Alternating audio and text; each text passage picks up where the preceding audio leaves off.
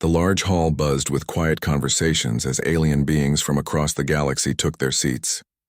The Galactic Academic Consortium meeting was about to begin, and today's speaker was well known among the scholars. Zethkalar stood tall at 7 feet, his blue-scaled skin gleaming under the soft lights. As a Velthari, he belonged to one of the oldest and smartest races in the galaxy. His people had ruled space for thousands of years through careful planning and advanced technology. Zethkalar adjusted his presentation device and looked out at his audience. Dozens of different alien species sat before him. There were the insect-like cricks with their compound eyes, the floating gas beings called ethereals, and the rock-skinned granite folk. All of them were smart, all of them were logical, and all of them shared one thing in common. They thought humans were amusing primitives. "Fellow scholars," Zethkalar began, his voice carrying easily through the hall. "Today I present my research on the most ridiculous military mythology in the known galaxy, human warrior legends." A few chuckles came from the audience. The cricks clicked their mandibles in what passed for laughter among their kind. Zethkalar pressed a button, and a holographic image appeared above the stage. It showed a human warrior in ancient metal armor holding a sword and shield. "Humans tell stories of something called knights," he said, his tone mocking. "These primitive warriors supposedly fought for something called honor. They would charge into battle against impossible odds, not for strategic gain but for abstract concepts like glory and duty." More laughter filled the hall. A granite folk scholar called out, "How did such an illogical species ever reach space?" "An excellent question," Zethkalar replied. "It gets worse. Humans have legends of warriors called berserkers, who would enter battle in a rage, abandoning all tactical thinking. They believed fighting harder when losing was somehow noble." The hologram changed to show images of samurai warriors. These samurai had a code that valued death before dishonor. They would literally kill themselves rather than surrender or retreat. No rational being would choose death over the logical option of living to fight another day. The audience was enjoying the presentation. The ethereals pulsed with colors that indicated amusement. Even the usually serious Velthari scholars were smiling. "But perhaps the most ridiculous concept in human military mythology," Zethkalar continued, "is their belief in never leaving a man behind.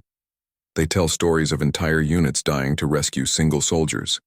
From any logical standpoint, this is pure waste. One life is not worth 10 lives, yet humans persist in these fantasies." He showed images of human soldiers carrying wounded comrades. "They have countless tales of warriors who refused to abandon injured friends even when it meant certain death. No intelligent species would prioritize individual sentiment over tactical advantage." A crick scholar raised a thin arm. "Have you studied their actual military records? Do they really behave this way in combat?" Zethkalar's expression became even more smug. "Their modern military shows some evolution toward rational thinking, but they still cling to these primitive concepts. They waste resources on rescue missions, refuse to make logical sacrificial moves, and maintain units based on emotional bonds rather than pure efficiency." The hologram showed a human military emblem with the words "Semper Fi" beneath it. This phrase means "always faithful," Zethkalar explained. "They believe loyalty should override tactical sense. Their soldiers are taught to value their unit's welfare over mission success. It's completely backward thinking." A young ethereal scholar pulsed a questioning color. "But surely their leaders understand proper strategy." "Some do," Zethkalar admitted, "but they're held back by their cultural mythology. Human commanders often make decisions based on these ancient concepts of honor and loyalty, rather than cold logic. They'll risk entire operations to save small groups of soldiers." He pressed another button and the hologram showed battlefield statistics. "Look at these numbers.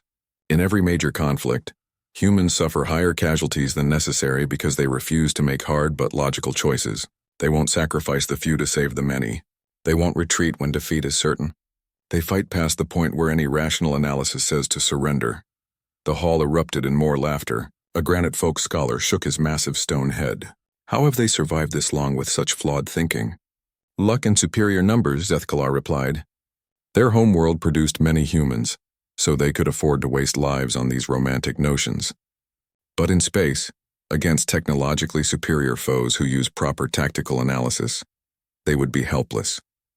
He brought up his final slide, a recommendation chart. My analysis concludes that humans should be limited to support roles only. Their emotional thinking makes them unsuitable for command positions or frontline combat. They can serve as mechanics, cargo handlers, or basic technicians, but never as warriors or leaders. The audience murmured agreement. It all made perfect sense. Logical beings like themselves had evolved beyond such primitive thinking. War was about calculations, probability, and efficient resource management. The human concepts of honor, loyalty, and fighting against impossible odds were just evolutionary mistakes that proper civilization had corrected. In conclusion, Zeth Kalar said, human warrior legends are exactly that, legends. Fantasy stories told by a species that never learned to think rationally about conflict. They mistake stupidity for bravery and waste for virtue. When faced with real warfare against logical opponents, these mythological concepts would prove not just useless, but actively harmful. The hall filled with applause. Alien hands, claws, and appendages came together in appreciation for what they saw as brilliant analysis. Zeth Kalar basked in the approval, his scaled skin actually glowing with pride. As the audience began to leave, chattering about the amusing primitives called humans, none of them noticed the figure sitting alone in the back row. Commander Sarah Chen of the Terran Defense Force had listened to every word. Her face showed no emotion as she watched the aliens laugh about her species. She had attended as an official observer, part of a cultural exchange program between Earth and the Galactic Council. The aliens thought they were being polite by inviting human representatives to their academic meetings. They had no idea they were insulting an entire species to its face. Sarah stood and quietly left the hall. She had learned something valuable today, though not what the aliens intended. She now knew exactly how the galaxy's superior species viewed humanity. They saw humans as emotional, illogical, and weak. They thought human military traditions were jokes and human soldiers were incompetent. As she walked to her ship, Sarah thought about her grandfather, who had died holding a bridge so his unit could escape. She thought about her brother, who had earned the Medal of Honor for refusing to leave wounded soldiers behind. She thought about every human who had ever stood firm when logic said to run. The aliens were about to learn something that Zeth Kalar's careful research had missed. Human warrior legends weren't just stories. They were instruction manuals. And sometimes, when the odds were impossible and defeat seemed certain, illogical humans did things that logical beings thought were impossible. Sarah reached her ship and began composing her report to Earth Command.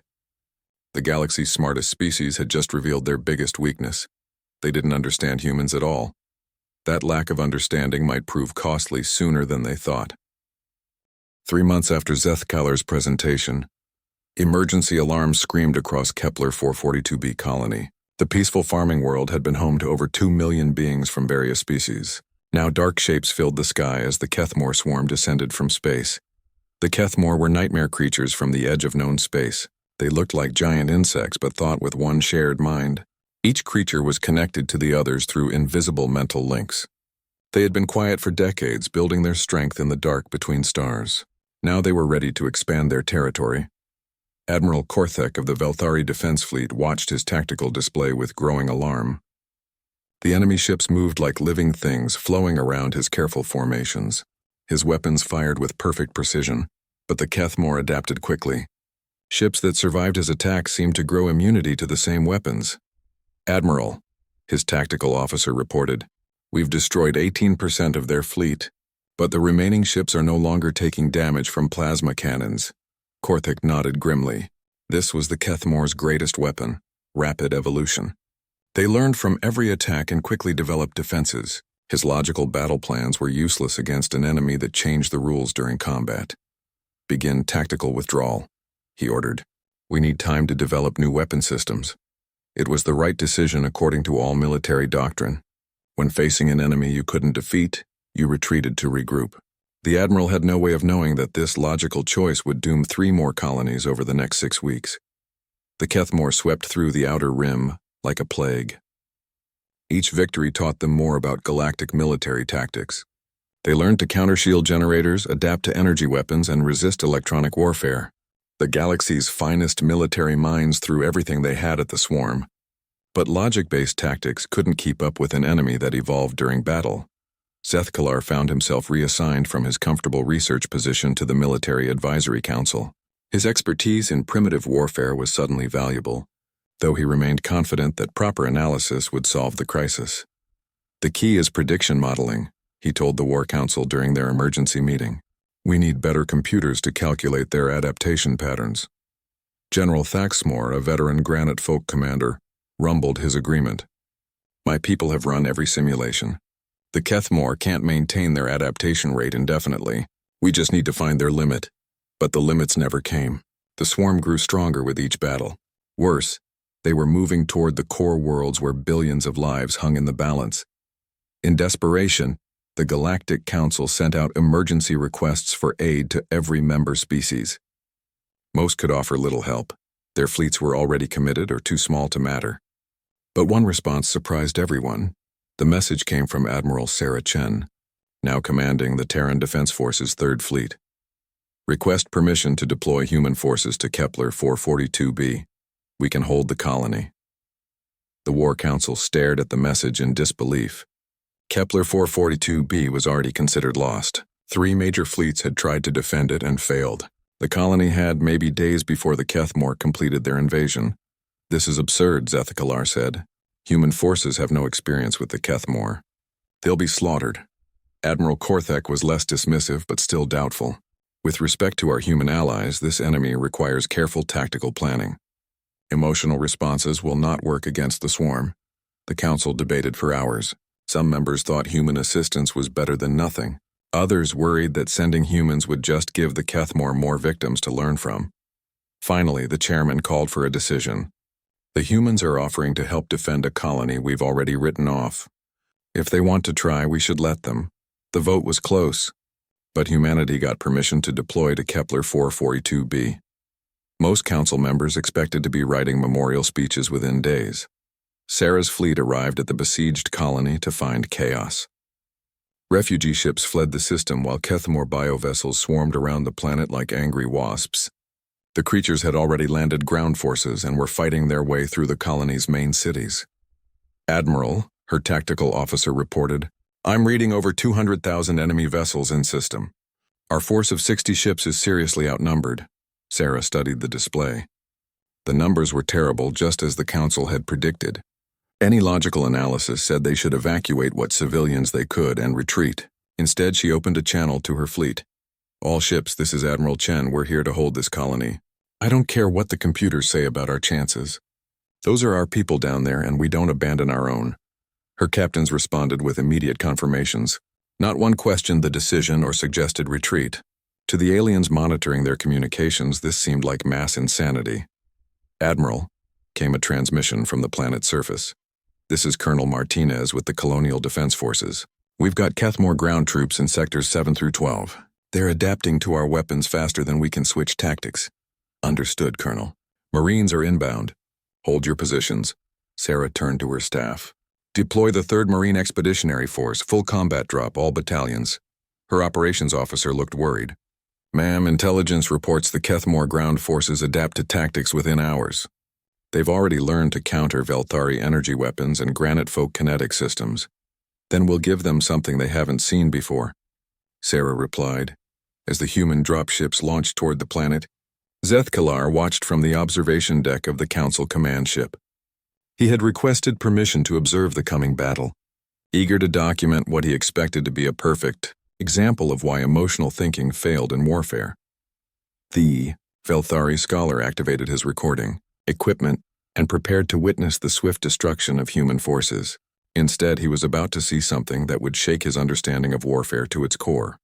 Down on the planet, Marine Lieutenant Jake Morrison checked his rifle one last time as his dropship approached the landing zone. Around him, 60 other Marines prepared for combat. They had studied the intelligence reports about Kethmore adaptation abilities. "Listen up," Morrison called to his platoon. "These bugs learn fast, so we're going to keep them guessing. When your primary weapon stops working, switch to secondary. When that fails, use your sidearm. When that fails, fix bayonets. When that breaks, use your entrenching tool. When that's gone, use your fists." The Marines laughed grimly. It wasn't really a joke. Human military doctrine emphasized adaptability and the will to keep fighting regardless of circumstances. Where other species relied on their best technology and retreated when it failed, humans were trained to fight with whatever worked. "What if nothing works, Lieutenant?" asked Private Rodriguez. Morrison grinned. Then we get creative. Remember, Marines, improvise, adapt, overcome, and if all else fails, we make them pay for every inch. The dropship shuddered as it entered the atmosphere. Below them, the Kethmore swarm was about to encounter something their rapid evolution had never prepared them for. Humans who refused to fight logically. The first wave of Kethmore ground forces hit the human lines at dawn. Zethkalar watched from his position aboard the command ship, recording equipment ready to document human military incompetence. Instead, he witnessed something that made no sense according to his research. Sergeant Maria Santos crouched behind the rubble of what used to be a shopping center. Her squad of 12 Marines faced a Kethmore assault force of over 50 creatures. The insect-like aliens moved with coordinated precision, their black carapaces gleaming as they advanced. "Contact front," Santos called out. "Open fire!" The Marines opened up with their pulse rifles. The blue energy bolt slammed into the Kethmore, dropping several creatures. But within minutes, the survivors began showing resistance to the energy weapons. Their shells started deflecting shots that had penetrated easily before. Any logical commander would have ordered an immediate retreat. The weapons were becoming useless, and the enemy outnumbered them 4-1. Santos made a different choice. "Weapons ineffective," she shouted. "Switch to kinetics." The Marines smoothly transitioned to projectile weapons. Solid bullets punched through Kethmore armor that had adapted to energy attacks. The alien advance staggered as their evolution was forced to start over. Zethkalar leaned forward in surprise. The humans had anticipated adaptation and prepared multiple weapon systems. It was almost logical, but the Kethmore learned fast. Within 10 minutes, their shells were hardening against bullets, too. Santos could see her ammunition running low while enemy reinforcements poured into the area. "Ammo check," she called. "Running low, Sergeant," came multiple replies. This was the moment when any rational force would retreat. The tactical situation was hopeless. The enemy had adapted to their weapons and held overwhelming numerical superiority. Santos looked at her Marines, then at the civilian shelter 2 blocks behind them. "Fix bayonets," she ordered. Zethkalar nearly dropped his recording device. The humans were preparing for hand-to-hand combat against creatures that adapted to everything. It was suicide. The Kethmore rushed forward, expecting the humans to break under pressure. Instead, Santos led her squad in a charge that crashed into the alien line like a sledgehammer. The battle became chaos. Santos drove her bayonet into a Kethmore warrior, twisted the blade free, and immediately switched to her combat knife when the creature's dying swipe broke her rifle. When the knife blade snapped against hardened carapace, she drew her sidearm and put 3 rounds into the alien's head at point-blank range. Private Chen fought beside her, using his rifle as a club when his ammunition ran out. When the stock shattered, he grabbed a piece of debris and kept swinging. Corporal Williams tackled a Kethmore twice his size, wrestling it to the ground and beating it with his bare hands. The aliens had evolved to counter weapons and tactics, but they couldn't adapt fast enough to counter pure human aggression and improvisation. Every few seconds, the humans changed their approach. They used rocks, broken metal, pieces of wall, anything that could hurt an enemy. Most shocking to Zethkalar was that the humans were winning. Despite being outnumbered and outgunned, Santos's squad was actually pushing the Kethmore back. The aliens seemed confused by enemies who fought harder as the situation got worse. "Sergeant," Private Rodriguez called out. "We've got civilians trapped in that building." Santos looked where he pointed. 7 refugees were trapped in a collapsed structure, while a group of Kethmore closed in on them. Standard tactical doctrine was clear. The mission came first, and individual civilians couldn't be saved at the cost of overall unit effectiveness. "Third fire team, with me," Santos ordered. "We're getting them out." Zethkalar watched in amazement as 4 Marines broke away from the main fight to charge into an obviously hopeless rescue mission. They had no heavy weapons, limited ammunition, and faced superior numbers. No logical being would attempt such a mission. Santos and her team fought through 3 blocks of enemy-held territory. When Private Martinez took a Kethmore claw through his shoulder, he kept fighting with one arm. When Corporal Jackson's rifle jammed, he used it as a shield while drawing his knife. They reached the civilians under heavy fire and began pulling people from the wreckage. A massive Kethmore warrior charged at Santos while she was helping an injured child. She couldn't reach her weapon in time. Instead of running, she stepped between the creature and the child. The Kethmore claw caught her in the ribs, tearing through her armor. Santos grabbed the alien's arm and headbutted it with her helmet. stunning the creature long enough to draw her sidearm and empty the magazine into its chest. "Move! Move! Move!" she shouted, blood running down her side. The rescue team fought their way back to friendly lines, carrying the civilians and their own wounded. Against all logic, all 7 refugees made it to safety. So did all 4 Marines, though they were all injured. Zethkalar realized he had been holding his breath. The humans had just accomplished something that violated every principle of tactical thinking. They had risked a unit to save civilians, fought with broken weapons, and won through sheer determination. On another part of the battlefield, Captain Jim Torres was dealing with his own impossible situation. His company was surrounded by Kethmore forces and cut off from resupply. They had been holding an intersection for 6 hours against constant attacks. "Sir," his radio operator reported, "Command is ordering us to fall back to the secondary line." Torres looked at his map. The secondary line was 2 miles away through enemy-controlled territory. His wounded couldn't make that journey, and abandoning the intersection would expose the flank of 2 other units. "Negative," he radioed back. "We hold here." "Sir, we're nearly out of ammunition and medical supplies. Command says the position is no longer strategically important." Torres smiled grimly. "Tell Command that this position is home to 43 Marines. That makes it the most important strategic location on this planet." His company dug in deeper. When their ammunition ran low, they scavenged weapons from fallen enemies. When their medical supplies were exhausted, they made bandages from torn uniforms. When the Kethmore overran their outer positions, they fell back to the buildings and fought floor by floor. For 3 days, Torres's company held that intersection. The Kethmore threw hundreds of warriors at them. The Marines adapted to every attack, using booby traps, ambush tactics, and pure stubbornness to keep fighting. On the 3rd day, relief forces finally broke through. They found Torres and 37 of his Marines still fighting from the basement of a demolished building. They had held the position against impossible odds and saved the flanks of 2 regiment-sized units. Zethkalar watched it all from his observation post, his recording equipment capturing every impossible moment. His neat theories about human military incompetence were crumbling faster than the buildings below.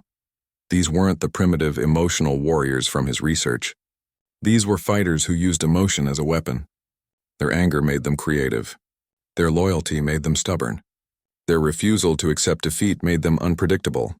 The Kethmore had adapted to counter-logical tactics and conventional weapons, but they had no defense against enemies who threw logic out the window and fought with pure human will.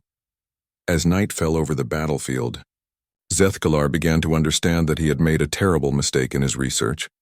Human warrior legends weren't primitive mythology. They were documentary evidence of the most dangerous species in the galaxy. Day 4 of the siege brought new horrors. The Kethmore had landed their heavy bioweapons, creatures the size of buildings that spat acid and spawned smaller warriors from their bodies. The Galactic command computers calculated that human resistance would collapse within hours. The humans did not collapse. Zethkalar embedded himself with different human units, trying to understand how they continued fighting when every logical analysis showed they should have surrendered. What he witnessed challenged everything he thought he knew about warfare. Lieutenant Colonel Ashley Park commanded the defense of the northern sector.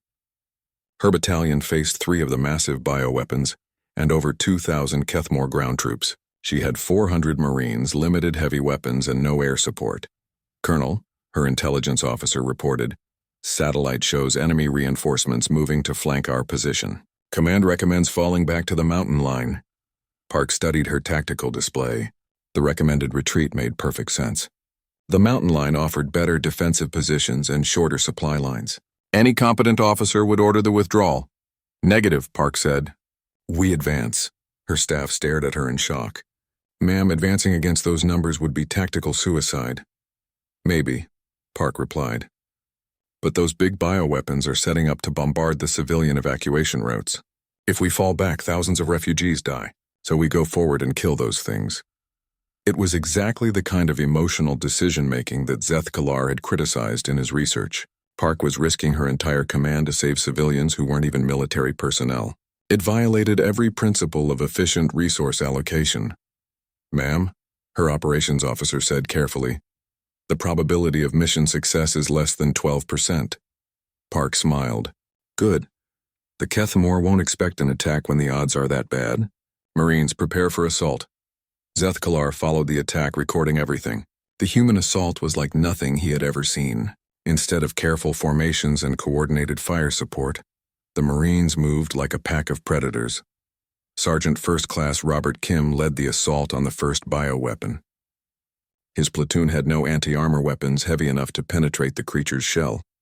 A logical force would have called for airstrikes or heavy artillery. Kim looked at the massive creature and made a different calculation. We go up close and personal.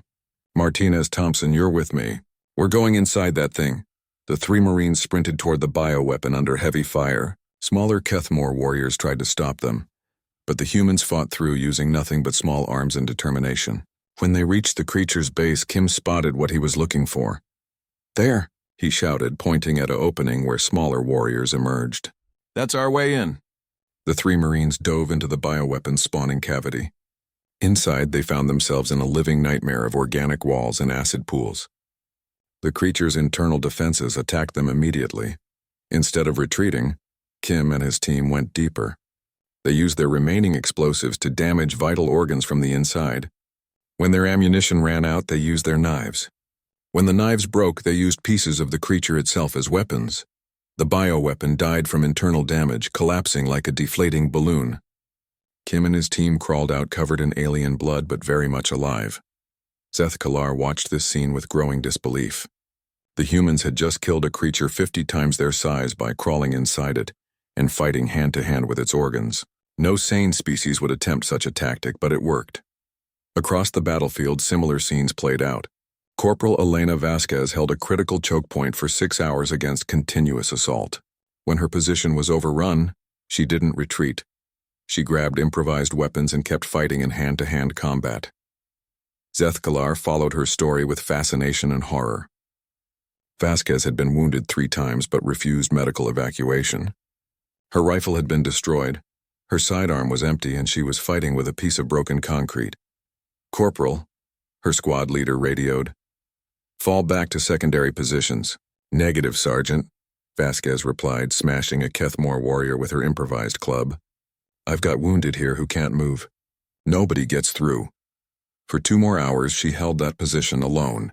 When reinforcements finally arrived, they found her surrounded by dozens of dead Kethmore, still standing and still fighting.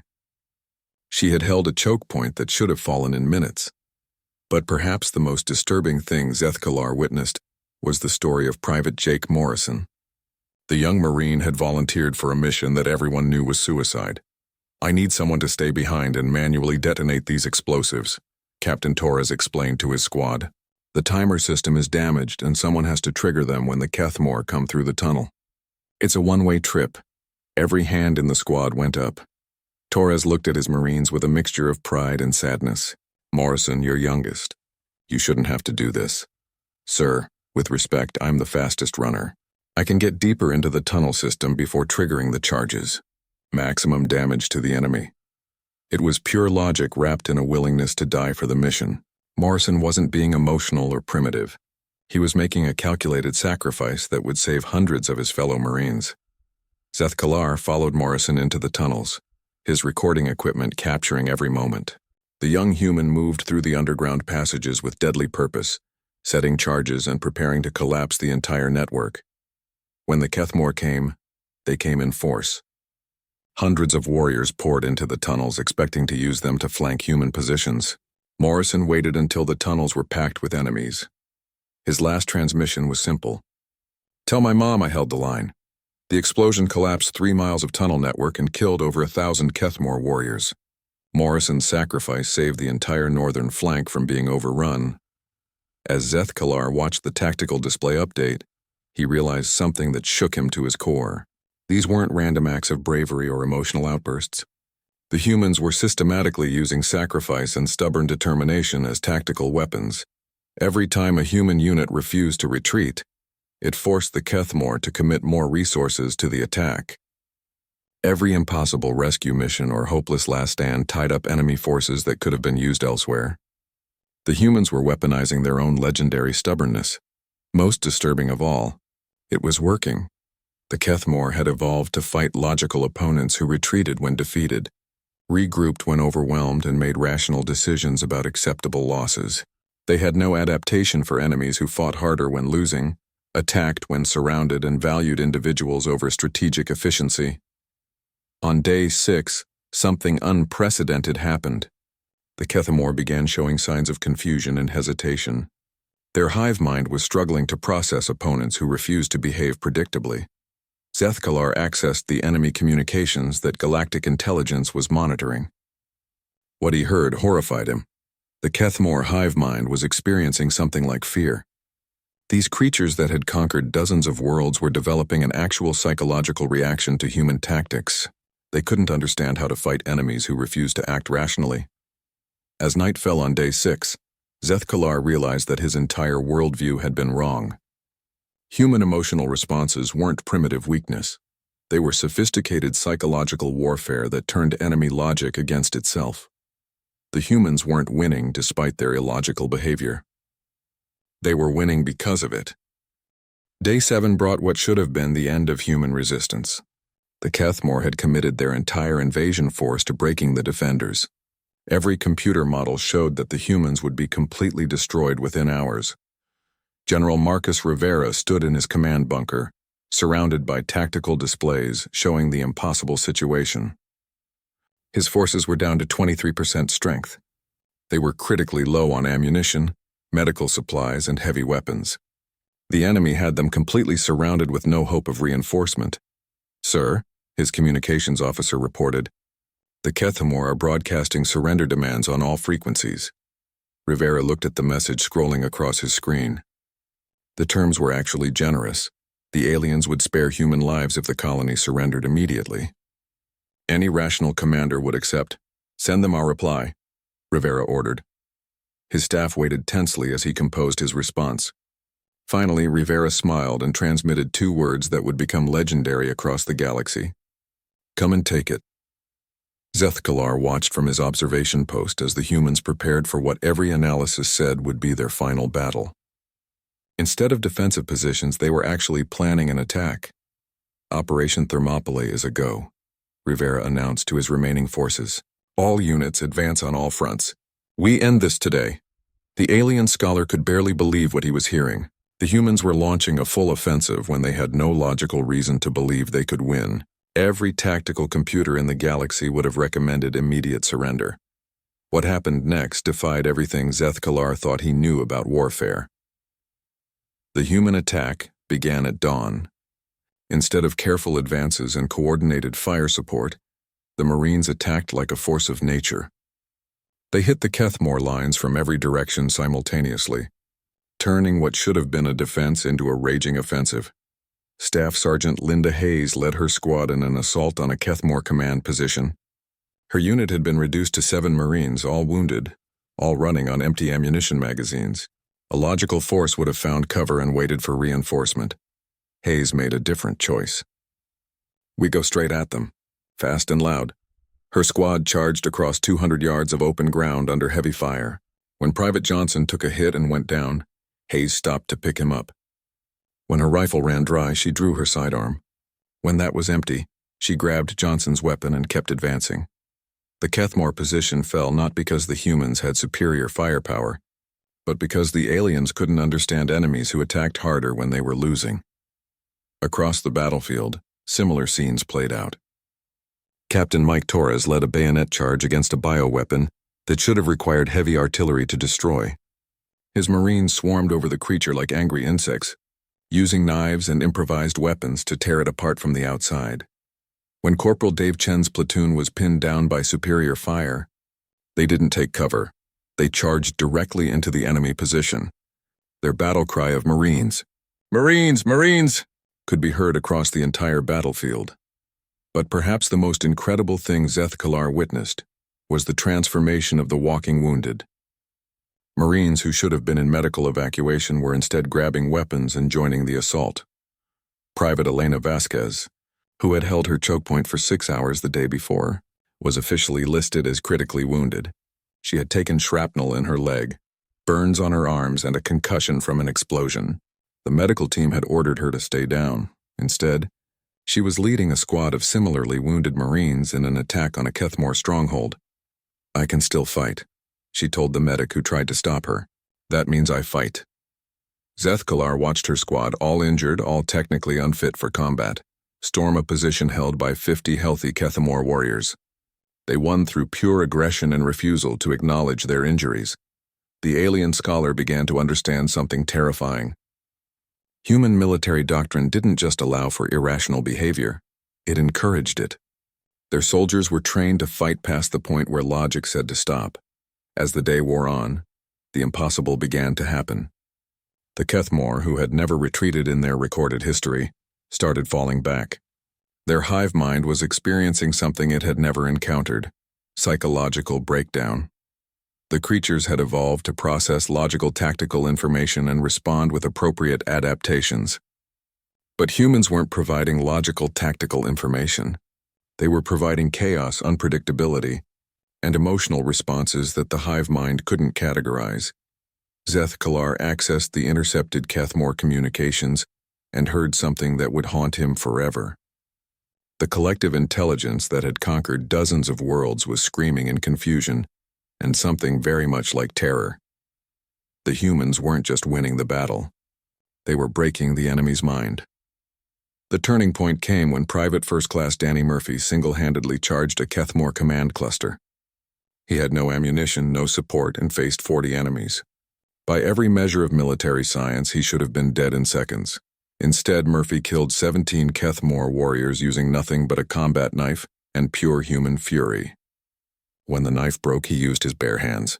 When reinforcements arrived, they found him still fighting, covered in alien blood, standing over the bodies of creatures that should have been able to kill him easily.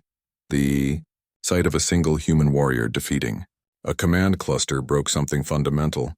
In the Kethmor collective consciousness, their coordination began falling apart as the hive mind struggled to process enemies who ignored every rule of survival. By afternoon, the impossible was happening across the entire battlefield. Kethmor forces were retreating not because they couldn't win, but because they couldn't understand what they were fighting. When the enemy retreat became a full rout, human forces pursued with relentless determination. They chased the fleeing aliens to their landing zones and kept attacking even as the bioships lifted off. Zethkalar watched the final scenes of the battle with a mixture of awe and terror. The humans had achieved something that violated every principle of military science. They had defeated a superior enemy through pure force of will and refusal to accept defeat. But the real shock came 3 days later when Admiral Sarah Chen invited him to attend a memorial service for the human dead. Zethkalar expected to see a demoralized force mourning their heavy losses. Instead, he found Marines celebrating their fallen comrades as heroes. They spoke of Private Morrison's sacrifice not as a tragedy, but as inspiration. They talked about Corporal Vasquez's stand not as a desperate last resort, but as an example of Marine excellence. They didn't die, Sergeant Santos told him. They showed us how to live. Every Marine who sees their example becomes a better fighter. Zethkalar finally understood what he had been missing in his research. Human warrior legends weren't primitive mythology. They were instruction manuals. Every story of impossible heroism taught the next generation what humans were capable of achieving. The memorial service ended with Admiral Chen reading the names of the fallen. As each name was called, the assembled Marines responded with a thunderous present that seemed to shake the very air. Looking at those faces, Zethkalar realized that humanity had weaponized something more powerful than any technology. They had weaponized inspiration itself.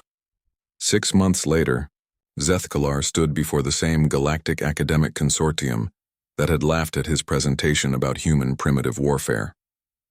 This time, nobody was laughing. "Fellow scholars," he began, "I must retract my previous research. Human warrior legends are not primitive fiction. They are documentary evidence of the most sophisticated psychological warfare system ever developed." The audience sat in stunned silence as he explained what he had witnessed. He described how humans turned their own emotions into tactical weapons, how their refusal to behave logically made them unpredictable, and how their willingness to sacrifice for others created a form of warfare that logical minds couldn't counter. "We called them primitive because they fight with their hearts instead of their heads," Zethkalar concluded. "We were wrong. They don't fight despite being illogical. They win because of it. In a universe where every species has evolved rational responses to warfare, Humanity weaponized irrationality itself. Admiral Sarah Chen watched from the back of the auditorium, just as she had months before. This time, when the presentation ended, she was smiling. The Galactic Council had learned a valuable lesson about underestimating humans. Their new military protocols included a simple addendum that would be quoted for generations.